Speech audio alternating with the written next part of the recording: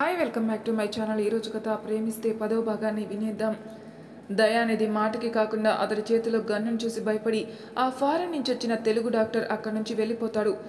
ఇక్కడున్న డాక్టర్ దయానిధి వైపు భయంగా చూస్తూ అక్కడున్న వేరే దారి నుంచి పారిపోతాడు.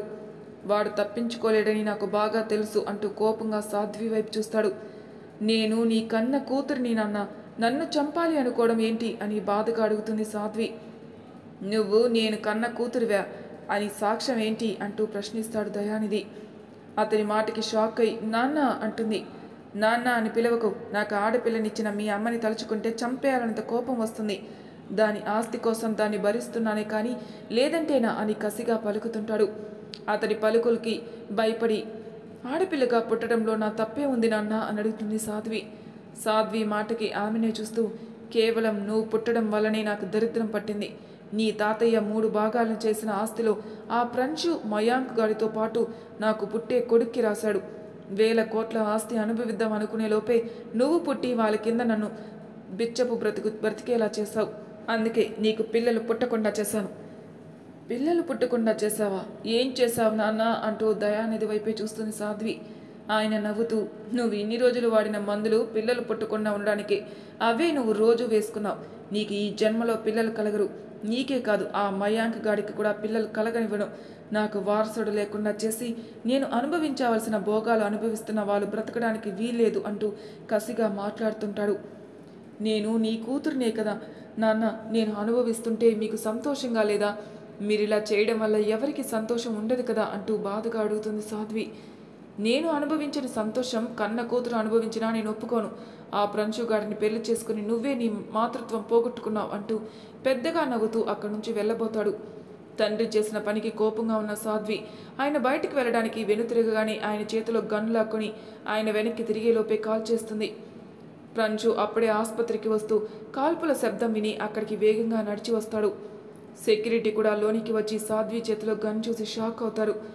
ప్రంచు దగ్గరికి వచ్చి సాధ్వి చేతిలో గన్ను కింద రక్తపు మడుగులో ఉన్న ఆమె తండ్రిని చూసి సాధ్వి అంటూ దగ్గరికి వెళ్తాడు. సాధ్వి ప్రంచుని చూడగానే చేతిలో గన్ కింద పడేసి ప్రంచు అంటూ అతన్ని హత్తుకొని డాక్టర్ తన తండ్రి మాట్లాడిన మాటలు ఏడుస్తూ చెప్తుంది. మొత్తం విన్న ప్రంచు షాక్ అయి సాధ్వి ముఖం చూస్తాడు. సాధ్వి బాధగా భయంగా కోపంగా ఉండి ఏదేదో మాట్లాడడం చూసి ఆమె మానసిక స్థితి బాగోలేదని అక్కడి నుంచి సాధ్విని తీసుకుని వెళ్తూ సెక్యూరిటీ వైపు చూస్తాడు. వాళ్ళల్లో కొందరు దయానిధిని తీసుకుని వెళ్తే ఇంకొందరు అక్కడ పడిన రక్తం శుభ్రం చేసి యథావిధిగా ఉంచుతారు. గంట తర్వాత ప్రంచు గదిలో సాధ్వికి బుల్లెట్ ఉన్నది అన్న భ్రమలో డాక్టర్ ఉంచితే నా కోసం తన పిల్లలు ఇవ్వాలి అనుకున్నదా అనుకుంటూ సాధ్విని మంచం మీద పడుకోబెట్టి తన పక్కన వెళ్ళి కూర్చుంటాడు ప్రంచు. నాకు పిల్లలు పుట్టరు, అందులో నా తప్పు లేదు అంటే నేను పిల్లలు కనకపోవడానికి కారణం నేను కాదని ఏడుస్తూ ఉంటుంది సాధ్వి. సాధ్వి అంటూ తనని గుండెలకి హత్తుకొని సాధ్వి ఆ విషయం మర్చిపో అంటూ ఆమె వెన్ను నిమురుతూ ఉంటాడు ప్రంచు నా కన్న తండ్రి నాకు అన్యాయం చేశాడు. నన్ను అమ్మని కానివ్వకుండా చేస్తాడు. నేను పిల్లల కోసం కన్న కలలన్నీ తుంచేస్తాడు. నీకు పిల్లలంటే ఇష్టమని నేను నీలాంటి పిల్లల్ని ఇద్దామనుకుని కన్న కలలు మొత్తం మధ్యలోని ఆవిరి చేశాడు. వాడు బ్రతకడానికి వీల్లేదు అంటూ మంచం మీద నుంచి లేవబోతుంది. సాధ్వి కేవలం తన కోసమే మొదటి నుంచి ఆలోచిస్తుందని అర్థమై సాధ్వి కూల్ అంటూ ఆమెని లేవనివ్వకుండా హత్తుకుని నేను సరోగేసి చేయిస్తాను అని చెప్తాడు. అతని మాటకి ప్రంచు వైపే చూస్తుంది సాధ్వి. నాకు పిల్లలు వద్దు సాధ్వి, నీకు కావాలంటే చెప్పు, నీ కోసం సరోగేసికి నేను ఏర్పాట్లు చేస్తాను. సాధ్వి వెంటనే ప్రంచు పెదవులకి కలిపి ఆమెలోని ఆవేశం కోపం తగ్గే వరకు ముద్దు పెట్టి ప్రంచు గుండె మీద తలపెట్టి నిజంగా నా ప్రంచు అని అడుగుతుంది. ప్రంచు ఆమె తల నిమురుతూ నుదుటిన ముద్దు పెడతాడు. అతడి ప్రేమకి చిన్నగా నవ్వుతూ పిల్లలు అంటుంది కన్నీళ్లతో. నేను సరోగేసి మాట్లాడతానన్నానుగా, ఎంతమంది అద్దె గర్భంలో పిల్లల్ని కనట్లేదు చెప్పు.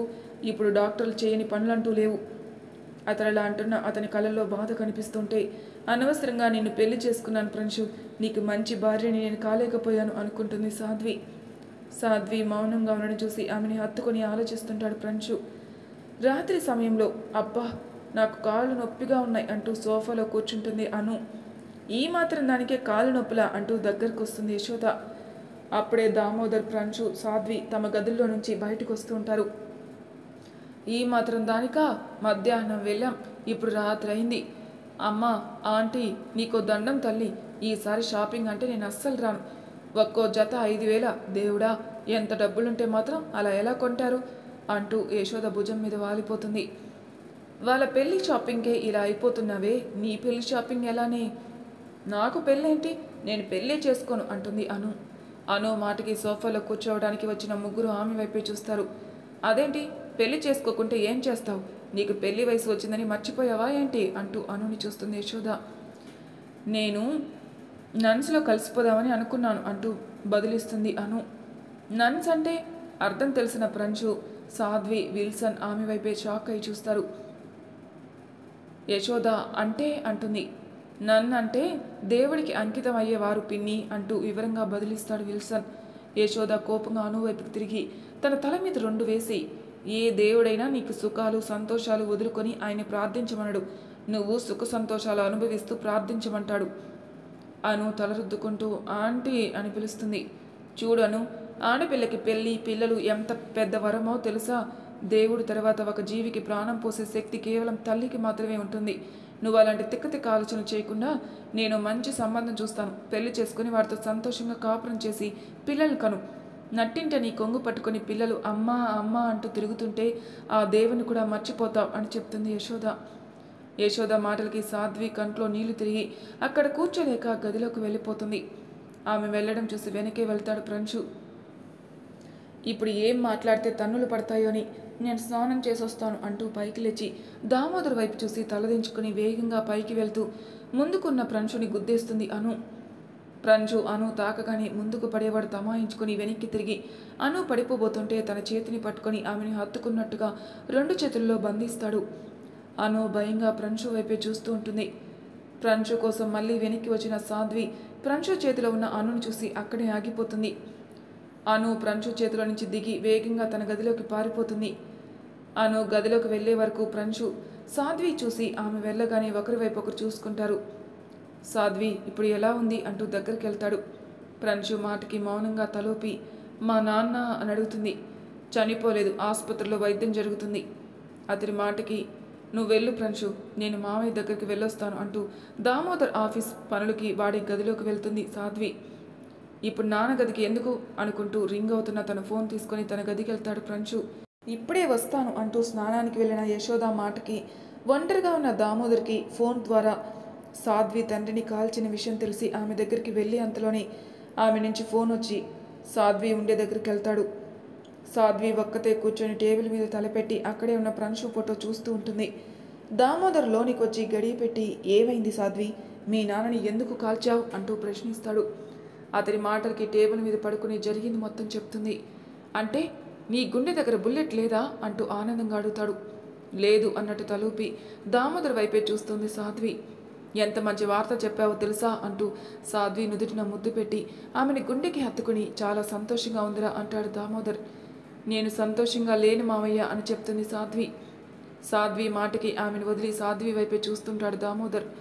నాకు పిల్లలు పుట్టరు, నేను ప్రంచుకి పిల్లల్ని ఇవ్వలేను, ప్రంచు కూడా పిల్లలు వద్దంటున్నాడు, నా కోసం సరోగేసి అయినా చేయిస్తానని చెప్తున్నాడు అని చెప్తుంది. ప్రంచు తనకు పిల్లలు వద్దంటే ఎలా కుదురుతుంది సాధ్వి, నాకు వారసుడు కావాలని ఉంటుంది కదా, ప్రంచుకున్న పలుకుబడికి ఇదొక లోపం అవుతుంది, వాడు తిరిగే చోట ఇదొక అవమానం అవుతుంది అని చెప్తాడు దామోదర్.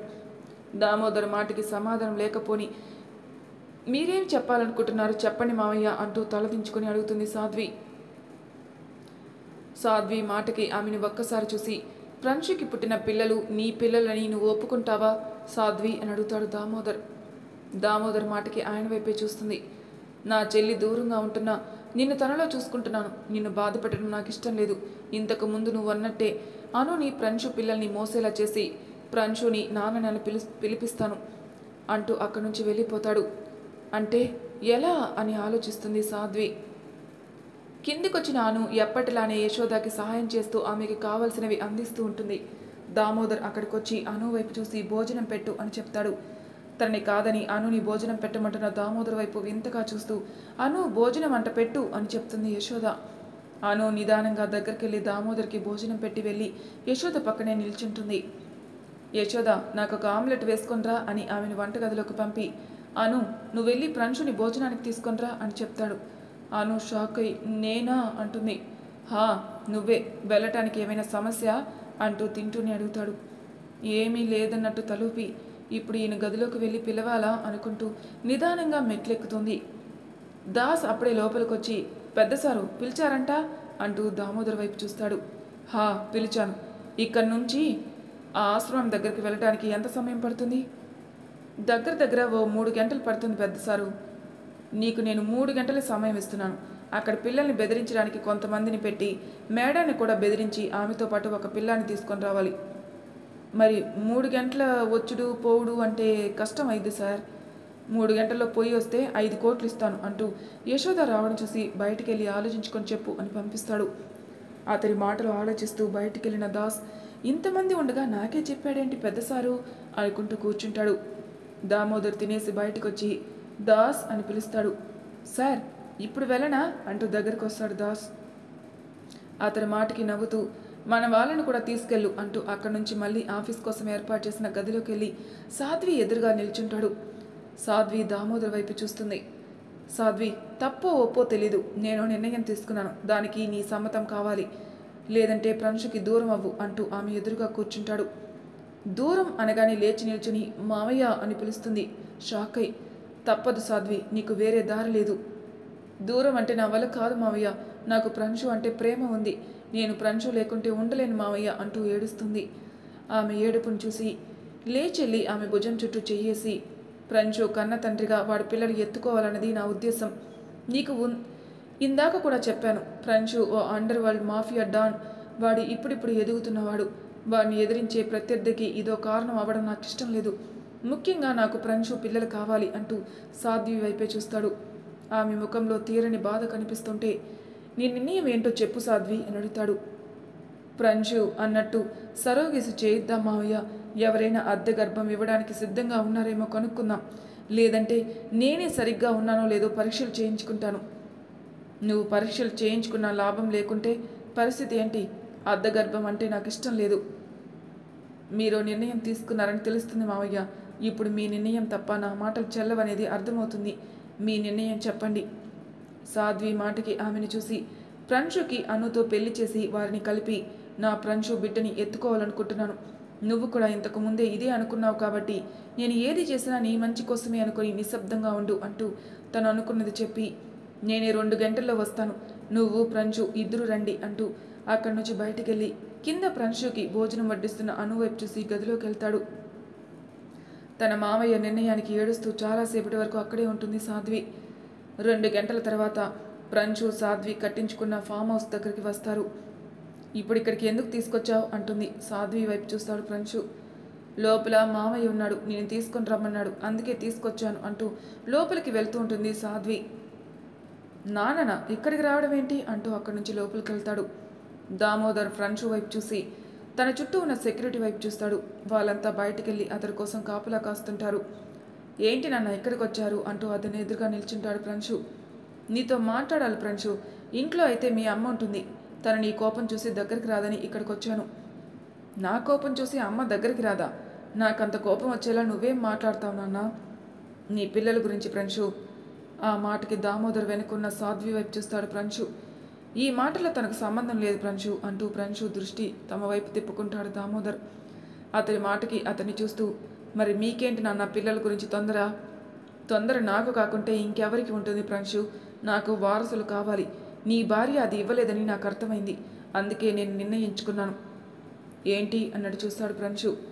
నువ్వు అనుని పెళ్లి చేసుకుని తనతో శారీరకంగా కలిసి నీ పిల్లల జన్మకి కారణం అవ్వాలి అంటూ చెప్తాడు దామోదర్. నాన్న అంటూ గంభీరంగా పైకి లేస్తాడు ప్రంశు.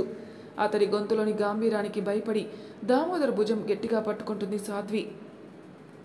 దామోదర్ సాధ్వి చేతుల మీద చెయ్యేసి, నువ్వు గదిలోకి వెళ్ళి సాధ్వి అంటూ ఆమెని అక్కడి నుంచి పంపిస్తాడు. ప్రంశు కోపం అంచుకోలేక, నీకు పిచ్చి పట్టిందా నాన్న? ఆ అమ్మాయితో ఏంటి అంటూ తిరిగి సోఫాలోకి వచ్చింటాడు. తప్పదు ప్రంశు, నాకు నీ వారసులు కావాలి. దీనికి నాకు అను తప్ప ఎవరూ కనిపించట్లేదు. తన గుణాలు నీ పిల్లలకి వస్తే వాళ్ళతో మన ఇల్లు కలకల్లాడుతుంది. నాన్న ఆ అమ్మాయితో నాకు తనంటే ఇష్టం లేదు. ఆ అమ్మాయి ముఖం చూస్తేనే కోపం వచ్చేస్తుంది నాకు. అలాంటిది నన్ను తనతో మీరెలా అనుకుంటున్నారు? చూడు ప్రంశు, ఇప్పుడు నీ ముందు నేను ఒకే మార్గం వదులుతున్నాను.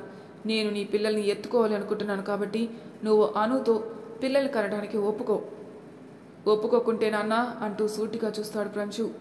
నీ చూపుకి నేను భయపడను ప్రంశు. నువ్వు ఒప్పుకోకుంటే మీ అమ్మని చంపేసి నేను చచ్చిపోతాను. నాన్న నాన్ననే చెప్తున్నాను. నీ నాన్న మొండితనం నీకు తెలుసు. నేను అనుకున్నది జరగాలి, లేదంటే నేనన్నది నేను చేసి చూపిస్తాను. నువ్వు అనుతో అన్నిటికీ ఒప్పుకోవాలి. సంవత్సరం తిరగకుండా నీ బిడ్డని నేను ఎత్తుకోవాలి. అలా కాదన్నావా, అదే సంవత్సరం తిరగకుండా నా శవం ముందు నువ్వు నిప్పులు కొండ మొయ్యాల్సిన పరిస్థితి వస్తుంది. బ్లాక్మెయిల్ చేస్తున్నావా నాన్న? నువ్వేదైనా అనుకో ప్రంశు, నాకు కేవలం నీ బిడ్డ కావాలి. నాకు వేరొక కొడుకు ఉంటే నిన్ను బలవంతంగా ఇలా చేయను. మయాంక్ ఉన్నవాడు నీ బాబాయ్ కొడుకు, చూసావుగా, చిన్న గొడవకే వెళ్ళిపోయారు. మళ్ళీ కలిసినా వెళ్ళరన్న నమ్మకం లేదు. నేను ఎంతమందిని చంపినా ఇలా ఆడవాళ్ళ మీద అత్యాచారాలు చేయలేదు నాన్న. అత్యాచారం ఏంటి ప్రంశు? నా కొడుకు అలా ఎప్పటికీ చేయలేడు. మనం డబ్బు ఇద్దాం. వాడు చూడు దాస్, డబ్బు అనగానే నేను చెప్పిన పని చేయడానికి ఒప్పుకున్నాడు. ఇప్పుడు అను అయినా అంతే. తను అలాంటిది కాదు నాన్న. తనని పెళ్లి చేసుకుని శారీరకంగా నేను ఉండలేను. సరే ప్రంశు, నీకు నీ తల్లిదండ్రుల ప్రాణాల కంటే ఆ అమ్మాయి గురించి ఆలోచన ఎక్కువైంది. రేపు నాకు మీ అమ్మకి తలకొరి పెట్టడానికి సిద్ధంగా ఉండు అంటూ అక్కడి నుంచి లేస్తాడు. అనుకున్నది సాధించడం కోసం ప్రాణాలు లెక్క చేయని తండ్రి గురించి తెలిసే సరేనన్న, సరే ఒప్పుకుంటున్నాను అని అరుస్తాడు ప్రంశు. అతని అరుపుకి గుమ్మం దగ్గర వెళ్ళిన దామోదర్ ఆగి ప్రంశు వైపే చూస్తాడు. ప్రంశు కోపం అణుచుకుంటూ అక్కడి నుంచి వెళ్ళబోతుంటే, ఆగు ప్రంశు, అను ఒప్పుకునే వరకు నువ్వు ఇక్కడే ఉండు. తను ఒప్పుకోకుంటే నువ్వు ఒప్పించు అంటూ దాస్ అని అరుస్తాడు. అన్నయ్య అని పిలిచిన ఆ అమ్మాయికి ద్రోహం చేస్తున్నాడు వాడు. అలాంటి వాడు డబ్బు కోసం నీకు వెన్నుపోటు కూడా పొడుస్తాడేమో. జీవితంలో నేను చేసిన 3 తప్పులు: సాధ్విని పెళ్లి చేసుకోవడం, అనుని ఇంట్లో ఉంచితే కాదనకపోవడం, ఆ దాస్ గాడికి కోరి ఉద్యోగం ఇవ్వడం. ఈ 3 వల్ల నేను ఏదో ఒక రోజు మంచో చెడో అనుభవిస్తాను అని గట్టిగా కోపంగా చెప్పి కూర్చుంటాడు. ప్రంశు మాటలు వింటూనే అక్కడికి వస్తాడు. ప్రంశు దాస్ వైపు చూసి, వీడిని నా కంటికి దూరంగా ఉంచునన్న, ఏదో ఒక రోజు నాకు తిక్కలేస్తే చంపేస్తాను. నాకు ఏదైనా అవసరం ఉన్నప్పుడు మాత్రమే వీడుంటే చాలు.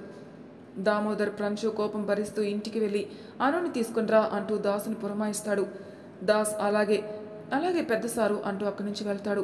దామోదర్ ఫోన్ పట్టుకుని పక్కకు వెళ్ళి తను చేయాల్సిన పని చెప్పి అక్కడి నుంచి ప్రంశు ఎదురుగా కూర్చుంటాడు.